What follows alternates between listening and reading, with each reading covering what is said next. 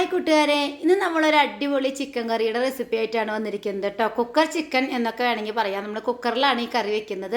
ചപ്പാത്തിക്കും പൊറോട്ടയ്ക്കും ഒക്കെ പറ്റിയ നല്ല അടിപൊളി ഒരു കിടിലൻ കറിയാണ് കേട്ടോ. അപ്പോൾ ഇത് കുറച്ച് മുമ്പ് എടുത്ത് വെച്ച വീഡിയോ ആണ്. ഞാൻ ഓപ്പറേഷനൊക്കെ പോകുന്നതിന് മുമ്പ് എടുത്തൊരു വീഡിയോ ആണ്. അപ്പോൾ ഞാനത് ഇപ്പോഴാണ് എഡിറ്റ് ചെയ്യാനായിട്ട് എനിക്ക് പറ്റിയത് കേട്ടോ. അപ്പോൾ ഇതാ നമ്മൾ കുക്കർ അടുപ്പത്തേക്ക് വെച്ചു. അതിലേക്ക് വെളിച്ചെണ്ണ ഒഴിച്ചു കൊടുത്തിട്ടുണ്ട്. അതിലേക്ക് പട്ട, ഗ്രാമ്പൂ, ഏലക്കായ, 2 നുള്ളി പെരിഞ്ജീരകം ഒക്കെ ഇട്ടിട്ട് നന്നായിട്ടൊന്ന് അതൊന്ന് പൊട്ടുക എന്ന് പറയില്ല, നമ്മൾ മൂപ്പിച്ചെടുക്കാം. അതിലേക്ക് നമുക്ക് സവോള കുനുകുനാന്നരിഞ്ഞ് സവോള ചേർത്ത് കൊടുക്കാം.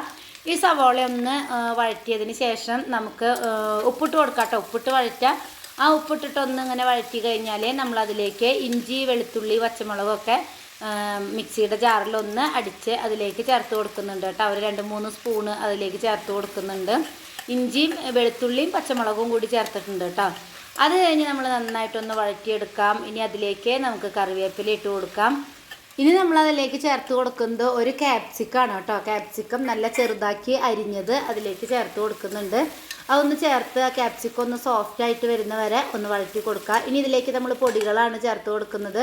മുളക് പൊടി, മല്ലിപ്പൊടി, മഞ്ഞൾപ്പൊടി, ഗരം മസാലപ്പൊടി, കുരുമുളക് പൊടി, ഇത്രയും സാധനങ്ങൾ ചേർത്ത് പൊടികളുടെ പച്ചമണം മാറുന്നത് വരെ നമ്മളൊന്ന് വഴറ്റിയെടുക്കുന്നുണ്ട്. ഇനി അതിലേക്ക് നമ്മൾ ചിക്കൻ്റെ ക്യൂബ് ഒരെണ്ണം ചേർത്ത് കൊടുക്കുന്നുണ്ട് കേട്ടോ. ഇങ്ങനെ ക്യൂബ് വരില്ലേ, നമുക്ക് മാർക്കറ്റിലൊക്കെ വാങ്ങിക്കാൻ കിട്ടും ചിക്കൻ സ്റ്റോക്കിൻ്റെ ക്യൂബ്. ആ ഒരു ക്യൂബ് നമ്മൾ ഇതിലേക്ക് ചേർത്ത് കൊടുക്കുന്നുണ്ട്. ഈ ക്യൂബ് ചേർക്കുമ്പോഴേ നല്ലൊരു ടേസ്റ്റാണ് കേട്ടോ നമ്മുടെ കറിക്ക്. അപ്പോൾ നമ്മൾ ക്യൂബും കൂടി ചേർത്ത് നന്നായിട്ടൊന്ന് മിക്സ് ചെയ്ത് കൊടുത്തു. ഇനി അതിലേക്ക് നമ്മൾ 2-3 തക്കാളി മിക്സിയുടെ ജാറിൽ നന്നായിട്ടൊന്ന് അടിച്ചെടുത്തിട്ട് അതും കൂടി ചേർത്ത് കൊടുക്കുന്നുണ്ട് കേട്ടോ. അപ്പോൾ അത് നന്നായിട്ട് അതിന് തക്കാളിയുടെ പച്ചമണമൊക്കെ ഒന്ന് മാറുന്നത് വരെ ഒന്ന് വഴറ്റി കൊടുക്കാം. കുറച്ച് വെള്ളം ഞാൻ ആ മിക്സിയുടെ ജാറ്, തക്കാളി അരച്ച ആ ജാറ് കഴുകിയിട്ട് അതിലേക്ക് കുറച്ച് വെള്ളം ഒഴിച്ചു കൊടുത്തിട്ടുണ്ട്. പിന്നെ കുറച്ച് സോയാ സോസാണ് അതിലേക്ക് ചേർത്ത് കൊടുക്കുന്നത് കേട്ടോ. 1 സ്പൂൺ അല്ലെങ്കിൽ 1-2 സ്പൂൺ ചേർത്ത് കൊടുത്താൽ മതി. ഒരു ഹോട്ടൽ സ്റ്റൈലെ കറിയുടെ ഒരു ടേസ്റ്റും മണവും ഒക്കെ കിട്ടാനായിട്ട് ഈ സോയാ സോസ് ഒഴിക്കുന്നത് സഹായിക്കും കേട്ടോ. അപ്പോൾ നല്ലൊരു പ്രത്യേക ഒരു ടേസ്റ്റും ഒക്കെ കിട്ടും. ഇനി നമ്മുടെ കറിയൊക്കെ ഒന്ന് നന്നായിട്ട് തിളച്ച് വരുമ്പോൾ നമ്മൾ ഉപ്പും മഞ്ഞൾപ്പൊടിയും മുളക് പൊടിയും കൂടി പുരട്ടി വെച്ചിരിക്കുന്ന ചിക്കൻ അതിലേക്ക് ചേർത്ത് കൊടുക്കുന്നുണ്ട്. എന്നിട്ട് നന്നായിട്ടൊന്ന് മിക്സ് ചെയ്ത് കൊടുക്കാം. മിക്സ് ചെയ്തതിന് ശേഷം നമുക്ക് കുക്കർ അടച്ച് വെച്ച് ചിക്കൻ ഒന്ന് വേവിച്ചെടുക്കാം കേട്ടോ. അപ്പോൾ നമ്മളിത് അടച്ച് വെച്ചിട്ട് ഒരു വിസിൽ വന്നാൽ മതി കേട്ടോ. ഒരേ ഒരു വിസിൽ വന്നാൽ മതി. ചിക്കൻ അത്യാവശ്യം നന്നായിട്ട് തന്നെ വെന്ത് കിട്ടും.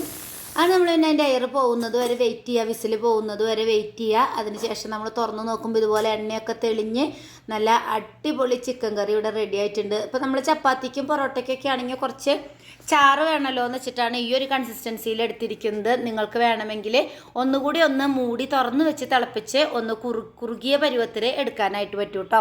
അതിലേക്ക് കുറച്ച് മല്ലിയിലയും പുതിനയിലയും ഒക്കെ എടുത്തിട്ട് ഇട്ട് കൊടുത്തു കഴിഞ്ഞാൽ നല്ല അടിപൊളി നമ്മുടെ ഒരു ചിക്കൻ കറി ഇവിടെ റെഡി ആയിട്ടുണ്ട്. ചപ്പാത്തിക്കും പൊറോട്ടയ്ക്കും ഒക്കെ പറ്റുന്ന നല്ല അടിപൊളി കറിയാണ് കേട്ടോ. ചോറിൻ്റെ കൂടെ അടിപൊളിയാണ്, പക്ഷേ പൊറോട്ടയുടെ കൂടെയാണ് സൂപ്പറായിട്ട് കിട്ടുന്നത്. ഞാൻ ഇന്ന് ഇത് ചപ്പാത്തിയുടെ കൂടെയാണ് സെർവ് ചെയ്യുന്നത്. എല്ലാവർക്കും ഇഷ്ടപ്പെട്ടു. നല്ല അടിപൊളി ചിക്കൻ കറിയാണ്. അപ്പോൾ നിങ്ങൾക്ക് എല്ലാവർക്കും ഈ ഒരു കറി ഇഷ്ടപ്പെട്ടു എന്ന് വിചാരിക്കുന്നു. എല്ലാവരും ഒന്ന് ട്രൈ ചെയ്ത് നോക്കുക. അപ്പോൾ അടുത്തൊരു വീഡിയോ ആയിട്ട് വീണ്ടും കാണാം. ബൈ.